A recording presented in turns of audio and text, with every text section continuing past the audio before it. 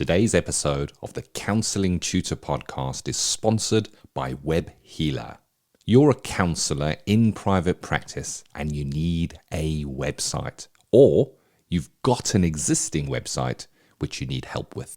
Web Healer are offering Counselling Tutor Podcast listeners, that's you, £100 off the cost of a website design and build.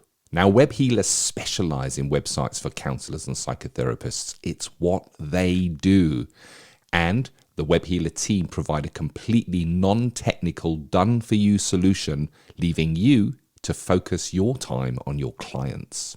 Operating for 20 years, Web Healer are a trusted resource amongst counsellors when it comes to getting your practice online. So get the package details and claim your £100 off coupon for your new website by going to counsellingtutor.com/website. That's counsellingtutor.com/website. Welcome to the Counselling Tutor Podcast, the must-listen-to podcast for students of counselling and psychotherapy. Here are your hosts, Rory Lees-Oakes and Ken Kelly. Hi, I'm Rory, and with me, as always, is Ken. How are you doing, Ken? I'm well, thank you for asking, Rory. I'm delighted to be here. Both Rory and I are delighted you've joined us for the Counselling Tutor Podcast. You've caught us at episode 256. 3 stops on today's journey, starting off with theory in practice, where we look at how theory applies itself in the counselling or therapy room.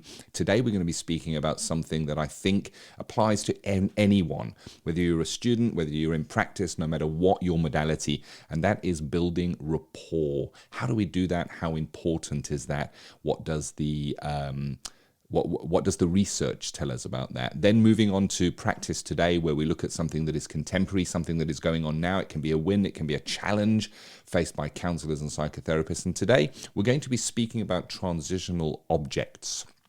And then we go into Practice Matters. That is the CPD section of the Counselling Tutor Podcast. And today, an interview with Sean Connolly, Team CBT. So that's worth keeping your ear to the speaker for, Rory. Absolutely, Ken. Yes. So kicking us off, we start off with that theory in practice, building rapport.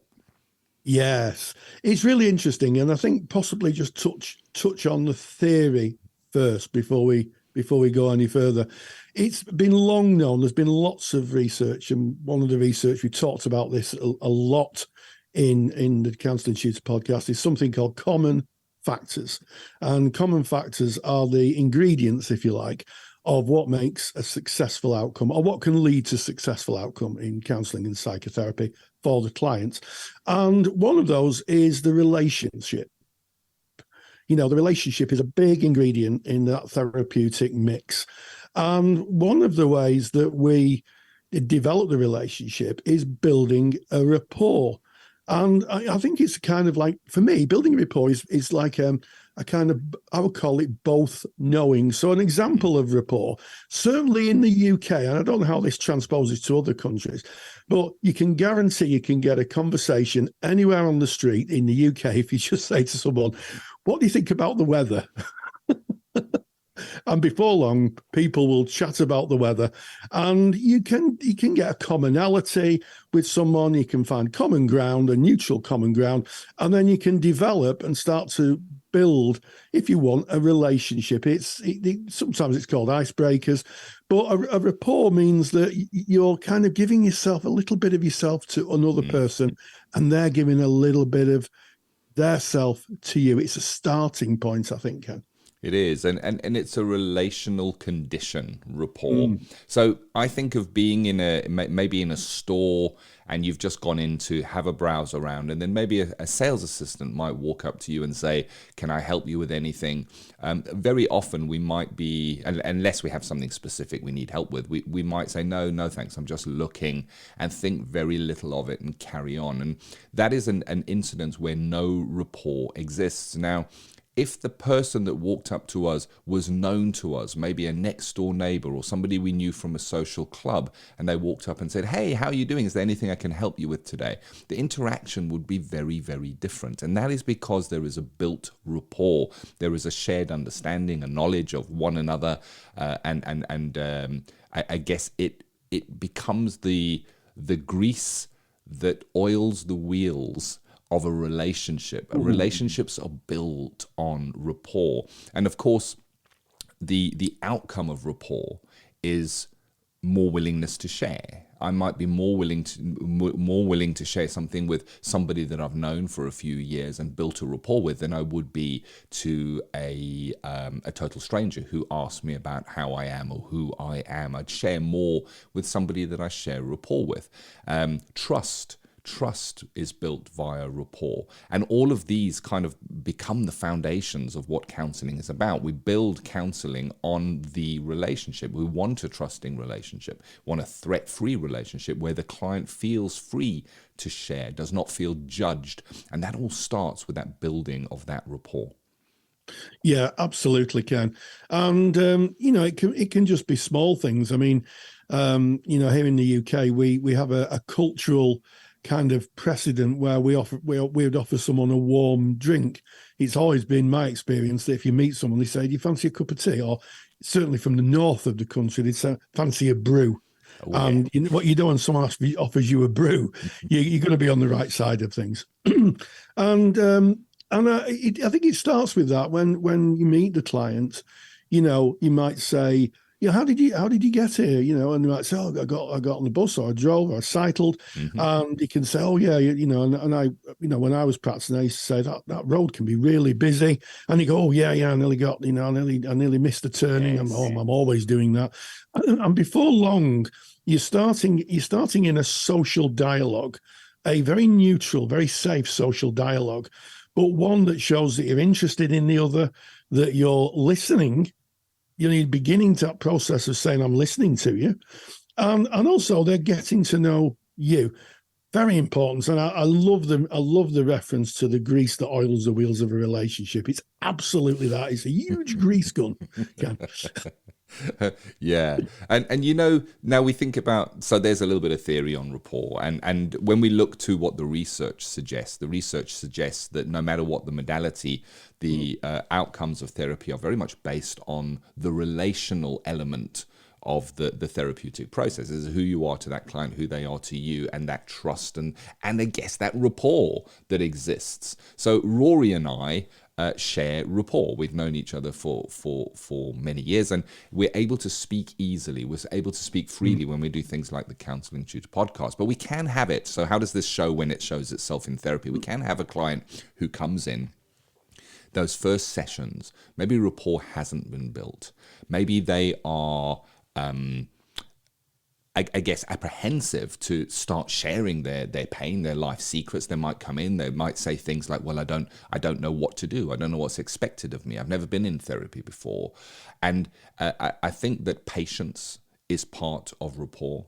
I think that just reflecting back and welcoming a person warmly can form part of rapport. We may say something in reply to that, like, that's not uncommon, that somebody might come in and not know what to talk about. Are there any questions you have for me that would clarify that for you? It's a welcoming kind of looking to let that person feel at ease. And of course, rapport works both ways. It's kind of an invisible force. You may feel the rapport building in yourself towards that client as well, that you speak easier to them as that rapport begins to build. So, Rory, what are some of the other techniques or ways that we might build rapport, specifically right in those beginning stages where a client might be a little apprehensive? And you've already mentioned, how did you get here today? How was the traffic today? Mentioning the weather, asking them if they'd like a drink. That, of course, goes to start building that rapport.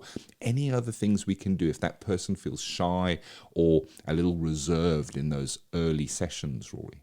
Yeah, well, I mean, seating is always a rapport building exercise, I think. Nowadays, I would say to a client, where would you like to sit? And they might say, I'll sit near the door, and I'll go, oh, okay then.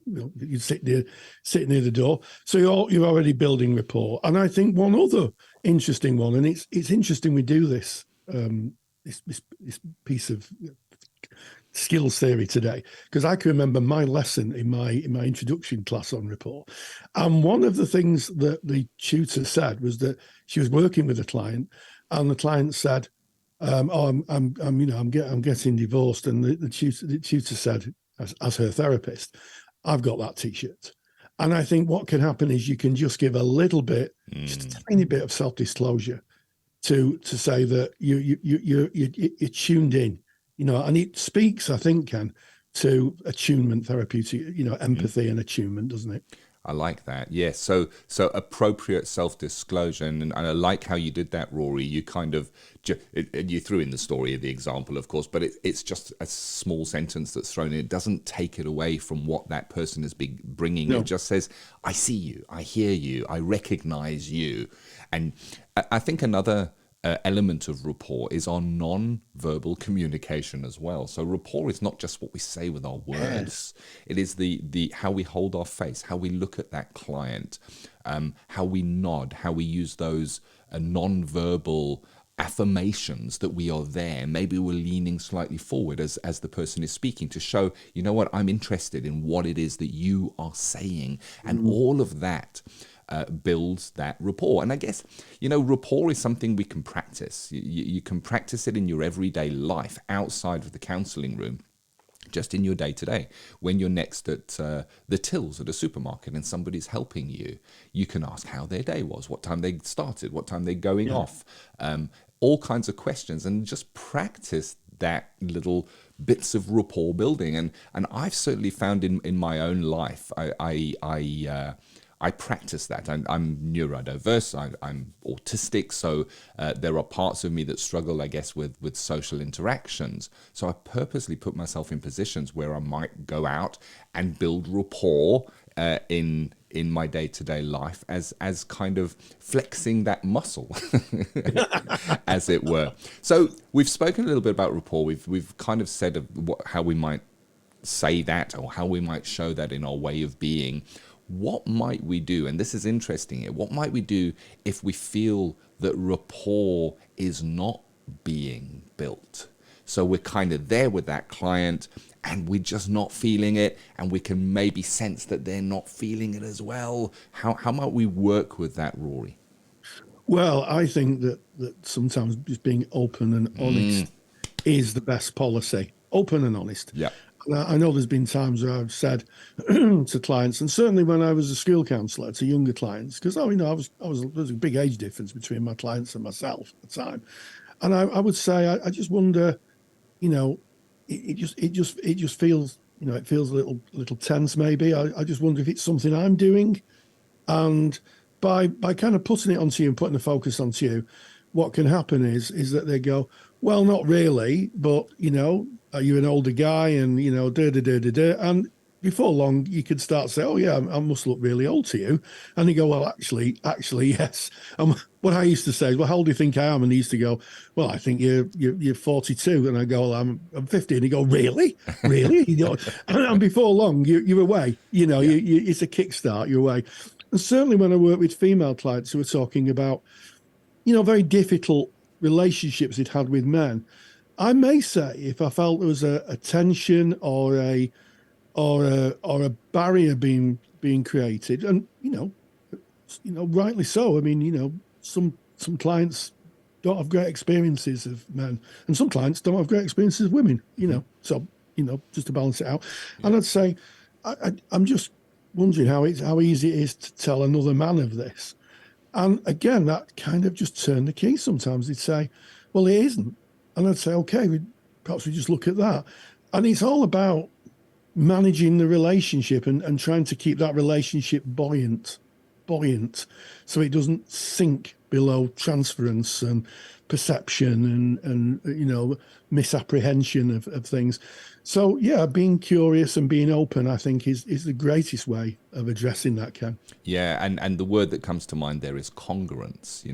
Saying it as it is rather than scooting around it. And what I'm finding really interesting as we're kind of developing this topic is the next element that I wanted to cover in terms of rapport. So how do we flex that rapport muscle, as it were? Because there's so many different elements of it. And of course, we just need to go to empathy, which we've already mentioned. Empathy is a great rapport builder. And we've just spoken about that congruence.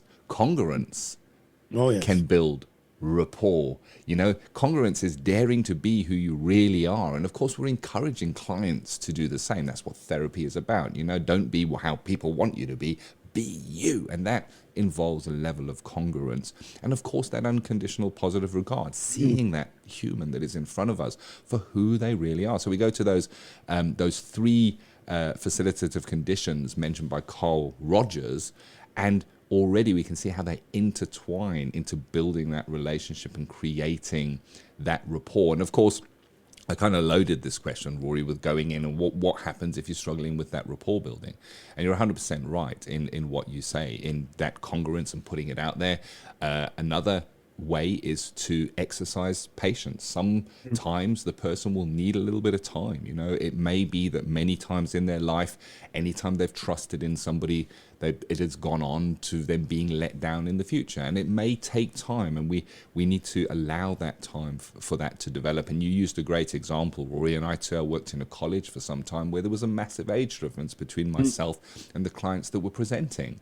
And, maybe I was seen slightly transferentially by them as a teacher or a member of staff or a member of the and it took a little bit of time, and it was okay to give that time. And of course, my supervisor was where I took what the feelings that came up in me. Because if I'm feeling, hey, maybe the rapport is not building within this relationship, I need to identify, is that within me or is that within reality for this person? And taking that, of course, to supervision, having a critical friend, a peer who works with you and looks over that, somewhere you can talk about it, not just have it go around in your head, can be really, really helpful. Yes, and I don't think we could end this topic, really, Ken, without talking about others or othering. So one of the biggest barriers, I think, to rapport is not being culturally aware, not having cultural competencies, or not being neurodiverse aware and having neurodiverse competencies, because people see through different frames of reference. Phenomenology just isn't down to our it's down to our experience, but it's also down to our experience of living in a world of difference. And if you're neurodiverse, or if you come from a specific culture, it may be that you feel that you're not understood by the person in front of you. And I had an interesting conversation with someone the other day, and he was saying that somebody went into a counselling service and said, "Do you counsel black people?" And the response was, "We counsel everybody." And the person left. And of course, the response is, what is it specifically you're looking for? What is it that you need from therapy in a therapist? Because that is addressing that. If someone asks you that question, they're not asking the obvious question. Do you counsel everybody? They're asking you a specific question. Do you counsel people who understand me? And I think that is just the nuts and bolts of rapport. Yeah, and 100%, Rory. And once again, you're being curious. You're putting out that welcome mat, and you're verbalizing it as opposed to presuming.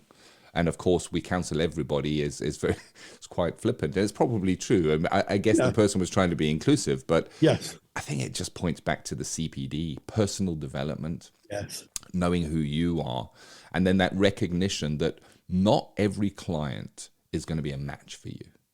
And that is really worth us us realizing, and it doesn't mean you're doing anything wrong. It can be transferential. They may see you as somebody from their past, and it may be too early in the session without having been able to build the rapport to be able to work with that in a respectful way. So I think there's a lot to this, and the interesting thing about rapport is it is something that it's a subject that is covered in the very beginning of counselling training. Right in that very early stages, you'll learn about the importance of rapport and rapport building. But again, it is a skill, and I do believe that it is a skill because we've spoken about how we can improve it, which makes it skillable. It can be practiced, and I think that as we mature as therapists, as we do our CPD, it is something that we should revisit often enough to remember it and not just see it as a basic and now a given. Rapport just builds as I have my sessions. Revisit rapport. I think that's the challenge. Revisit rapport, how it is built and how it looks. If you're in practice, have a think about your clients and think about how rapport is idiosyncratic, how it will differ from client to client. One person would maybe feel slightly different to another. It's a very, very interesting and powerful skill, Rory. Yes, and just hearing us talking about it, I'm reflecting that it's quite easily dismissed as, rapport's just getting on with people. But as we've seen, there's just so much more to it. And it also speaks, I think, Ken, to deliberate practice. And deliberate practice is where you look at your entire skill set portfolio and you take time to focus on one particular aspect of that skill set and develop it and hone it. And you might do that in supervision, you might do that through CPD. But I think there is a tendency, maybe I'm being a little bit kind of judgmental here, but I think there's a tendency that once you've moved past that introduction course where you've learnt your basic skills, they're just a given. But, maybe the challenge is to go back to them and just see if there's any other aspects, that you can put to those skills, because those skills make the difference. Yeah, and it's kind of, it's almost like the mortar. If the skills are the bricks, the building bricks of the counselling relationship, rapport is the mortar that is in between those bricks from the very first session to the very last session. It just weaves its way through. It is so important. If you're interested in reading more about rapport, maybe revisiting rapport as a qualified practitioner, then you need Rory's super duper handout that he's made on rapport building. And you can get that by going to counsellingtutor.com. That's our mother website. At the very top, you'll find the podcast tab. Go to episode 256. So even if you listen on Apple or Spotify or on a mobile application, Android mobile application, it's really worth going to counsellingtutor.com. to the episode page. It's 256. On that page are the show notes, loads of links that kind of expand on the topics that Rory and I speak about. And you can download, free of charge, a wonderful PDF that has been put together insightfully on building rapport right from that page. Theory to Practice is proudly sponsored by CounsellingSkillsAcademy.com. I'm Ken Kelly, and I've got a real burning passion for counselling skills. I've built training that takes the doubt out of using counselling skills. You get to see the counselling skills used in real live sessions by a qualified therapist. Full sessions, real material, real counselling skills. To find out more, go to CounsellingSkillsAcademy.com. And of course, that is today's Theory in Practice. And as we move from theory and practice into practice today, this is our section where we take something that is contemporary, something that you might be speaking about within our Facebook group, something that may be a challenge that you're facing at the moment. And today, Rory, you've chosen the topic of transitional objects. Yes, absolutely. And you mentioned the Facebook group. And if you are not a member of our Facebook group, go to Facebook, type in Counselling Tutor. We're a closed group, but knock on the door and our moderator will let you in, and you can join thousands and thousands of like-minded people all talking about topics in the world of counselling and psychotherapy. We have students, we have qualified colleagues, we have supervisors and tutors, and there's some very interesting conversations that start up, and it's a very supportive group. So if you're not joined us, think about joining us, knock on that door and we'll let you in. And one of the topics that came in was transitional objects. And I've always been fascinated about transitional objects because over the last few years, I've been interested in child development, how children develop. And, one of the things that we know is attachment, that children have attachments, and attachments last a lifetime. And I was reminded about attachment and transitional object when my granddaughter came to stay the other week. My granddaughter's 3 and she loves staying with us. And she came in pulling a blanket behind her. And my wife looked at the blanket and she said, "That's going to go in the washer." And I said, "No, don't put it in the washer." She said, "Why not?" I said, "Because she's smelling it." Mm-hmm. And what's happening is she's smelling it, and the olfactory bulb, the little bumps of cells behind the nose, is picking that smell up, and it's triggering a hippocampus of memories of mummy, and that's self-regulating her. And I'm my wife said to me, she said, "Why is it every time we talk about something as simple as washing a blanket, you talk about counselling?" And I said, "Well, there you go. You married a therapist." and she carries a transitional objects. And, have a think, if you're listening out there, do you carry transitional objects? I mean, in the past, people used to carry lucky rabbits' feet. I mean, they weren't very lucky for the rabbit, I have to say. But, people carry things. It might be a key. It might be a stone. It could be anything. And if you are carrying, it's almost certainly it's regulating you in some way. So a transitional object is an object that helps the client self-regulate when they're away from therapy. And certainly clients who may have had difficult childhoods may need some form of self-regulation. So I think it's really interesting. And therapists sometimes, when there's breaks, may give an object or a stone, maybe a stone on the table for the client to take away if they want, to remind themselves of what was done in therapy and to regulate themselves. Very much so. I love the story of your granddaughter and the blanket. And it reminds me of when we got our puppies.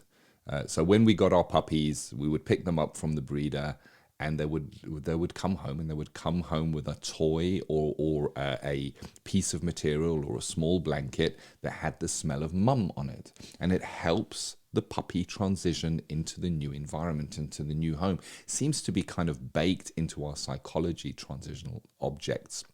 Not just ourselves as humans, but animals as well, certainly puppies, and I can relate to it there. And I look to my daughter. She wouldn't mind me telling this because she's very, very proud of this. She's had a little like doggy teddy bear that she's had since she was a little baby, before memories were formed. She still has it today. And when she goes away with her university on trips where she needs to go and do field work, and she's going to be away for a few days, what does she take with her? She takes her little teddy doggy with her. It's a transitional object. It's something to hold on to have a link to. On my desk right now in front of me, and if you're watching this on YouTube, because we do have the Counselling Tutor Podcast on YouTube. If you haven't seen it, go onto YouTube, put in Counselling Tutor Podcast, and you'll see it. And I'm holding up my transitional object here. It's a little stone that was given to me by my wife from a retreat that she went on, and it's got the word peace kind of engraved in it there. And that's a transitional object for me. I pick that up on a daily basis and I'll hold it, and it means something to me. But at the end of the day, it's just a stone. It's the meaning that I attribute to that. And that's what a transitional object is. It is a meaning that is kind of attributed to an inanimate object by our client, and it can be really helpful. So an example of a transitional object, you've already mentioned, Rory, it might be a stone or something on the table. It may be that you do some work with the client, miniatures work. So miniatures work is a little baby car, a feather, and a number of small little items that are in a box, and you ask a client to choose one of those and think about why they chose it. And very often a client might choose something and then start recounting their journey or where they're at, using the object to kind of reframe on. And that would make a great transitional object where you'd say, well, if we're not going to be seeing each other for a while, we've got the Christmas break or whatever it is, you take that, hold on to it, and think about what that meant to you. And when and it gives a connection, an anchor. It's almost like an invisible thread that binds. Absolutely, Ken. And it's interesting, we've talked about inanimate objects, obviously ones that are incredibly special and important. But actually, transitional objects can be ourselves as therapists. There's some very interesting literature around how therapists can be transitional objects. And I'm reminded that a couple of months ago, I got a surprise phone call from a student who became a former colleague, and who became a colleague of mine. We talked together. We team talked together, and she phoned me up and she said to me, "Oh, how are you doing, Roy?" I said, "I'm great. You know, good to speak to you and all that." And she said, "I was with a client the other day, and I thought, what would Rory do?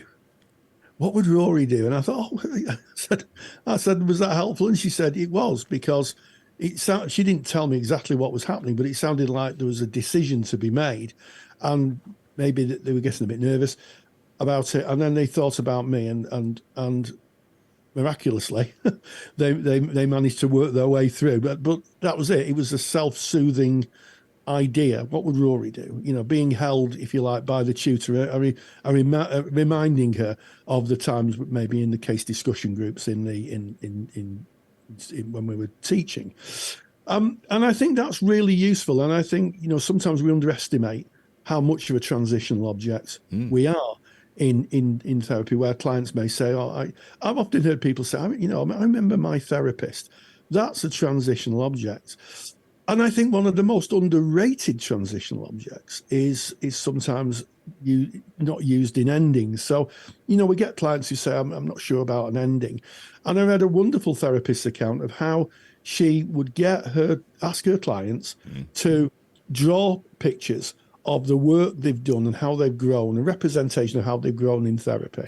And they would do this work maybe over the last couple of sessions. At the end, the therapist would bring a little plastic A4 briefcase, you know, the sort of things you find at little bookshops and things. And the client would put all those documents in and carry them off into their lives. That's beautiful, Rory. and it's absolutely beautiful. And I know that, you know, when I work with children, they do pictures. And I'd say, what do you want to do with the pictures? I'll keep them. Yeah. And I've got that picture on my wall. And my supervisor would say, "You do realise that's a transitional object. That's a way of self-regulating." So, you know, I think it's a bit of an underestimated idea, transitional objects. But if you are listening out there, I bet you can recount times when, having listened to this, you've either given a transitional object or you've been a transitional object. Very, very much so. And we'd love you to take part in this discussion and expand on this discussion, share what you have used, and get into the Facebook group. As Rory said, you just go to Facebook, put in Counselling Tutor, knock on the door, come on in, join these conversations. What transitional objects might you use? Or maybe think, do you use transitional objects in your practice? Could you introduce transitional objects into your practice? And it's interesting, you know, what things can become transitional objects. My wife can't go for a walk without coming back with a stone or a piece of wood from the walk. We're kind of drawn to those kind of things. And then when I say why, she says, because it reminds me of the beach. Well, so do the other 20 stones on the window. That's just my... I hope she's not listening to this, Ken. No. Oh, she is. I'm in so much trouble now. I'm saying this, of course, with great love and jest. So it's like I think back to... I worked in a company that I then left, but I had their pen with the logo on, and years later I took it out and I thought, oh right, yes, I worked there, and it took me back, and it was a revisit. You know, it transported me back to a time and a place, to emotions and memories, and I think that is so powerful that an object can do that. And as you said, Rory, not just an inanimate objects. I guess in a way, as therapists, are we being a transitional object to that person? How often might a client say something like, you know, I thought, what would my therapist advise me to do right here? Yeah. In a way, we're there as that transitional object, as part of ourselves. What a powerful topic, Rory. Thank you for bringing that. Yeah, and I just pick up on that. What would my therapist advise me to do? I think that sometimes what happens is, part of, even though we're non-directive in our therapy, what happens is that voice of the therapist then becomes the internal voice of the client, who then says, this is what I'm going to do. And when a client says, what would my therapist advise me to do? I would usually kind of, when I was a younger therapist or a less experienced therapist, pick up on that and say, well, I don't give advice. Nowadays, I would just think that's their internal voice asking that question, what should I do? And within that, there is growth. I love that. I want to jump in on that before we end this topic, Rory. We speak about our own internal supervisor. We've spoken about it in previous podcast episodes, how when we are there with the client, we kind of might helicopter above what is being said and done. And part of our supervisor is with us in that room. We have this internal supervision process, and the same is with clients, So as you're speaking, Rory, what my therapist advise here, it is their own internal voice. We're not there, we're not advising them, and we may work in a non-directive way, but it is their way of linking that, and it is a healthy way of linking that, not disempowering, because it is their thought, it is their feelings, in the same way as if we are kind of flexing our internal supervisor, it might appear like, I wonder what my supervisor might suggest in this situation. And of course, as we mature, it stops being what might my supervisor suggest, and it just becomes a internal voice. Yeah. And hopefully with our clients too, as that matures, maybe it stops being what might my therapist do, and it's just part of their thinking and their processing and their reasoning and their emotional intelligence growing as they develop. And it links to transitional objects. There it is. That is practice today, where we look at something that is contemporary. And we now go into our next section, which is practice matters. This is the CPD section of the Counselling Tutor podcast. You can write this down on your CPD log as CPD. And today, Rory, an interview with Sean Connolly, Team CBT. Yes, one of the things that really excites me is how therapy and therapeutic theories develop, evolve, and become more contemporary. And Sean reached out to me and said, he'd like to talk about Team CBT, a different approach to CBT, a developmental approach to CBT. I caught up with him, and this is what he had to say. Practice matters. The National Counselling Society is proud to sponsor Practice Matters. National Counselling Society are really excited to have launched their Children and Young People Therapist Register for counsellors working with the younger age group. To find out more, visit nationalcounsellingsociety.org. nationalcounsellingsociety.org. One of the fascinating aspects of counselling theory and the way it's practiced is how theory develops. So I'm delighted to welcome Sean Connolly today, who's going to talk about a different concept or approach in CBT called Team CBT. So Sean, thank you for joining us. You're very welcome, Rory, and thanks for having me. So Team CBT, what's that all about then? I suppose it's a concept developed by Dr. David Burns. I'm a trained counsellor and also mental health professional. And I suppose I read Dr. David Burns' book maybe 20 odd years ago on CBT. It was one of the best sellers, Feeling Good at that time. And I hadn't thought much about it. I actually practiced one of the tools, and occasionally would have brought in the client work, the mood log and daily mood record. And I noticed a number of years back he launched a podcast just describing actually how he uses his approach in practice. And I suppose it'd be best starting by explaining what TEAM actually stands for and what drew me to it. So T stands for testing. So basically, the idea, and I suppose this is well worn now in practice, thinking of Scott Miller's work and research and others, testing, the client's mood at the start and end of sessions and charting if there's any progress, over time, and also testing, at the end of sessions, what was the therapeutic relationship like? Because what we've discovered, and what Dr. Burns as well has discovered himself, but research backs this up, is that we're actually pretty poor at understanding our client's frame of mind. So we might think we've had a great session, and it turns out the client doesn't think so, or vice versa. And secondly, maybe clients are actually getting worse over time, so or your performance is staying static. So how do you know if you don't measure? So then you can have those conversations with people. Look, I noticed that we've improved in this area, but I notice your depression is getting worse. Do you want to tell me more about that? And that allows you to have those conversations. I'm not going to over-egg this, but I genuinely do believe, I've seen this in my own practice, that testing has saved people's lives, because I've seen clients come in and they're presenting in a certain way, and on the surface things look fine, and then I notice there's a box for suicide scores, and maybe that for that week has come up very, very high, and had they not done that measure, they could have easily passed over that during the session, and I would have sent them out at risk, basically, and that's really flagged up. So that's personally why I always use that. And so the T is the testing. That's the first part. The E, and I think this will be music to your ears, Rory, is empathy. Well, empathy, I don't need to say anything more in this podcast. You've done so many great episodes on it, but as we know, the therapeutic relationship's at the core of all counselling. Now, to the CBTists, this might be a new concept, but whenever I hear empathy and Dr. Burns talking about it, I was like, the person-centred, people knew about this for decades. This has been talked about since the 60s. But I suppose it did resonate with me. I was like, yeah, and we know one of the critiques of CBT in particular is, can be thought of as manualised and robotic. And I have to say that's maybe a bit of a cliche about practitioners. Most are actually going to be very empathetic and caring.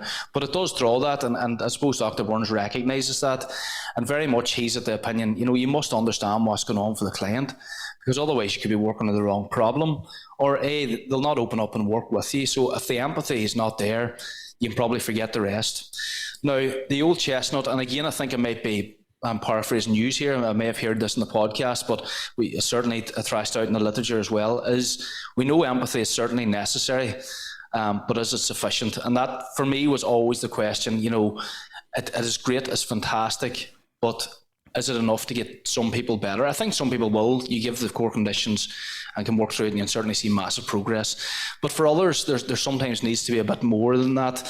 And I suppose Dr. Burns' opinion in and of itself is that empathy in and of itself isn't enough. With the exception maybe of what he describes as sort of issues like grief, for example, where you're not necessarily going to go and do change work. You just need to be there with them.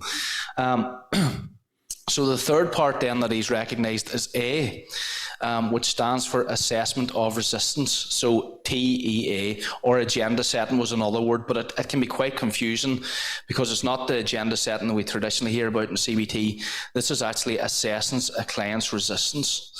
Okay, and again, resistance, therapeutic resistance, you're quite aware of as well, I'm sure, and I've heard podcast episodes on the same. But this is actually looking at if somebody's depressed or anxious, what might be great about that? Why might a person not want to give up? And maybe I pose that question, being cheeky, Rory. If you had an anxious patient, say for example an anxious counselling student, and they're coming to you, I'm really frightened and anxious about my upcoming assignments, I can't sleep at night. What might that say that's great about that student? Why might they be reluctant to give that up? Well, possibly because they are committed to doing it, and part of being committed is maybe generating some anxiety. Yeah, absolutely, spot on. And this might sound simple, but it actually can be mind-blowing for people, because very often you can wrestle with somebody. They'll come, I'm really anxious, I really want help with my assignments, and I can't sleep at night. And then you're trying to get them to de-escalate and to regulate their emotion, and yet they'll go back out as anxious as ever. And it's not because they don't want to get better, but the anxiety is actually serving them. So we're actually voicing the resistance and bringing it out to the fore. This is what anxiety does for you.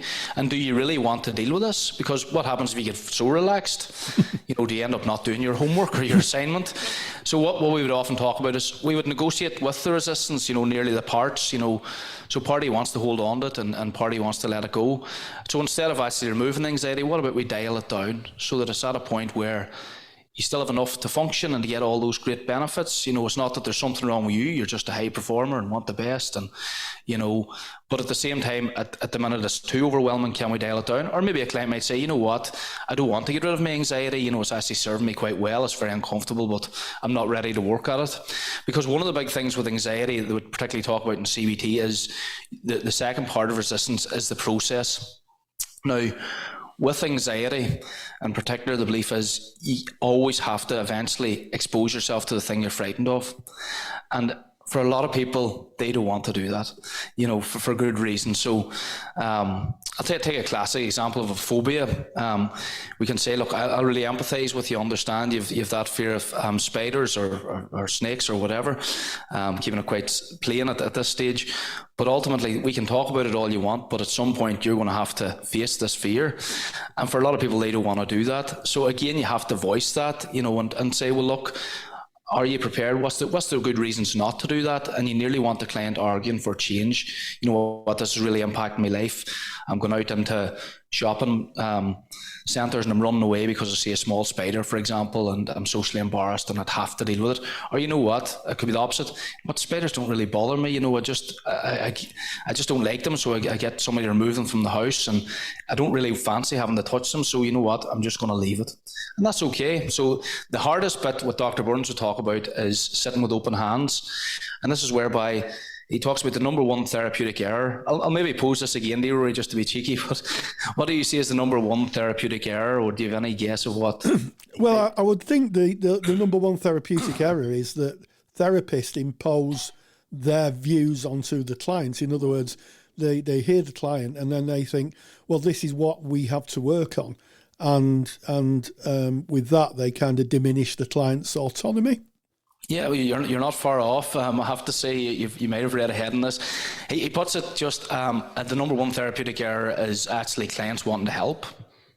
Or not clients, sorry, counsellors wanting to help. So rushing in to help. Rescuing. And that used to kind of fry my brain. I was like, well, of course you want to help. Like, why else are you doing this job? You know, I genuinely want to see people get better. Like, it's pivotal, like that they get better. Otherwise, why would it be here? And it's horrendous to see suffering. But very often we overdo it then because, you know, as you say, take away the client's autonomy. And the client might have good reason to hold on to this. You know, maybe the issue they're dealing with, you know, depression, for example, maybe they've lost somebody that they love dearly, and at the moment they're just not ready to deal with that. So us rushing in to try and solve and put in methods, like if you were a CBT practitioner, to take this away, well, that person just mightn't be ready, or we might need to look at a different approach to help them navigate that grief. Or the anxiety, as we say, like rushing in, well, I'll take that anxiety away from you, you know, and let's see how we deal with it. But then how do they motivate themselves? So it's understanding that and being able to sit with open hands if a client says, look, I really don't want to work at this at the moment. And that can be hard for us. And that's, I suppose, our own counter-transference reaction is maybe stuff we need to go in process. It sounds easy, but it's actually very difficult to do, to watch people suffer. And then the M stands for methods. So TEAM, M is the methods, and Dr. Burns has over 50 of them, but he practices pretty much, again, it's not new stuff to us. I'm sure I've heard you talk about it on the podcast as well, pluralistic counselling, you know, and Dr. Burns talks about tools, not schools of therapy. So not to get hung up and very precious on a method. You try a method, if it doesn't work, okay, perfect. Let's try the next one. And he's 50 of them. That doesn't mean you have to just stick with his. There's tons of other methods from other schools of therapy that you can draw on. But once you have the bedrock of the TEA, you've tested, you've empathized, really, and that might take a number of sessions, and you've assessed the resistance, then you find the methods bit comes easy. Do you know what I mean? And his belief is once you find a method that works, it generally will always work for that person. So what might work for me might be something different for you. And there's a period of practice to learn those methods as well. I mean, it sounds like, although you come from the CBT school, I guess, it sounds to me like this is broadly applicable to any form of therapy, really. Yeah. You know, because, you know, the testing is to kind of get the feedback off the client, you know, what they've decided to do, is it working? Empathy, you know, is a very important factor, I think, in any therapeutic encounter. And I just pick up on the necessary and sufficient conditions. The actual complete sentence is necessary and sufficient conditions for therapeutic change. And my view is that you can get some therapeutic change. You might get all the client needs with empathy, but there may be other unexplored areas of change which a different modality may better serve. I don't know what your thoughts are on that. Yeah, absolutely. Do you know what I mean? And I think that's the idea. It's not getting precious on modality. Do you know what I mean? That you're able to be flexible and integrative for the client. Now, I suppose I'm coming at it more from a person-centred sort of integrative approach. You know, the CBT has always interested me, but my main training's in counselling. Hence, I'm a counselling tutor as well, and hence why I was drawn to your podcast. I always refer my students to it. So I would be coming from that background. But even the CBT aspect, you could nearly leave it off because it's the TEAM. The methods could be any approach. For example, I'm learning EMDR at the moment, which I have to say I'm raving about and could do another podcast on that. But that would be, I would still be doing the TEA, and then my methodology for some patients might be, or clients might be the EMDR of a specific trauma. So one question I'd like to clarify, there's a lot of discussion about third wave CBT. Would the team model fit into that idea of third wave, where the Beckian style of CBT, which is possibly more kind of mechanistic, for want of a better phrase, is enhanced by a more relational and thoughtful approach to the client's actual needs? Yeah, well, I suppose the third wave, so Dr. Burns was one of the original, I suppose, quote-unquote disciples or students, I'd say I should use, of Beck. So he would have trained with Beck in the early days and then went on and wrote his own books. So he would be coming from that wave. Now, third wave, from my understanding, and there's a wee bit of controversy recently because he very much doesn't subscribe as much to the meditation sort of and mindfulness school, because he believes you have to get a change in the thought. You know, it has to be a sufficient change in the thought itself.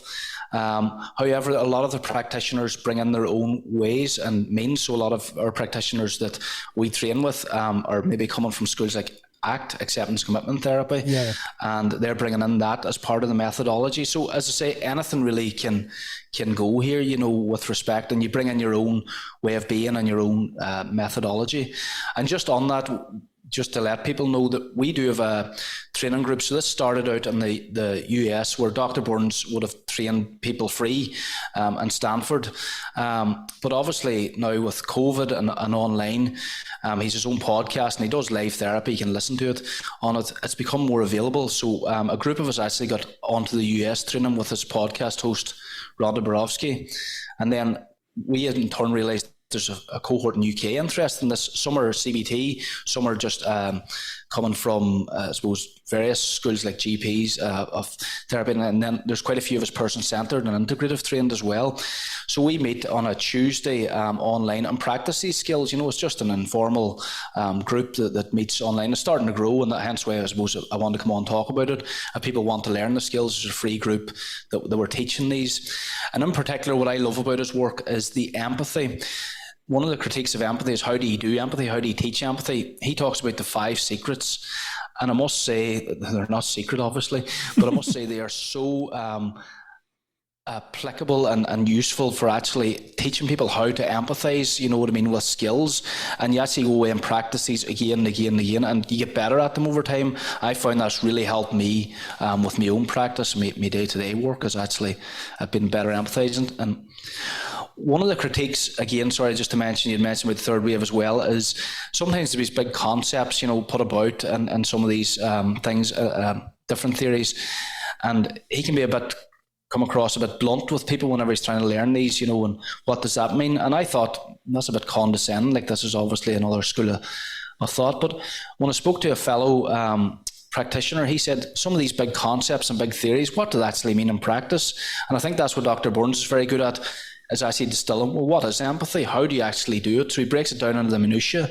It might sound very simple and basic, but I think that's the genius in it. It's like, Yes, it is. It's easy to understand the way he words it, but can actually be quite hard to master, So I don't know if that makes any sense to you. It does. And as we come to the end of this podcast, I found this a fascinating insight into a therapy that is well known, well developed, well researched, well documented, but a different aspect to it. And I think that's really, really useful. So I will say, Sean Connolly, thank you so much for joining us. And thanks so much, Rory, for having me. And if anybody wants to find out more, we've got a Team Feeling Good UK website, and they can happily join in with one of our groups as well. We'd love to have you. There we go. We'll put some links into the show notes on the Counselling Tutor page, and people can jump off from there. So thank you very much. Massive thank you to Sean, a massive thank you to you, Rory, for reaching out, finding the right people to bring the interesting topics here. This has been the Counselling Tutor Podcast, episode 256. Yes, we started out by theory and practice. We talked about building rapport, why it's important to oil the wheels of the relationship, I think, Ken, or grease the wheels of the relationship to build a therapeutic alliance. In practice today, we talked about transitional objects, objects that help us self-regulate, and objects that may ameliorate stressful or worrying times for us as we grow and develop as people. And then finally, in Practice Matters, caught up with Sean Connolly on Team CBT, developments in CBT. And as always, stay grounded and stay safe. Take the stress out of your counselling studies and get the support of Rory and I by joining us in the Counselling Study Resource. Counselling Study Resource, or CSR for short, is the world's most comprehensive assignment guidance and study support resource for students just like you of counselling and psychotherapy. See how Counselling Study Resource can help you. Visit counsellingtutor.com. That's counsellingtutor.com. Thank you for listening to the Counselling Tutor Podcast. Find the show notes for this episode on our website at www.counsellingtutor.com.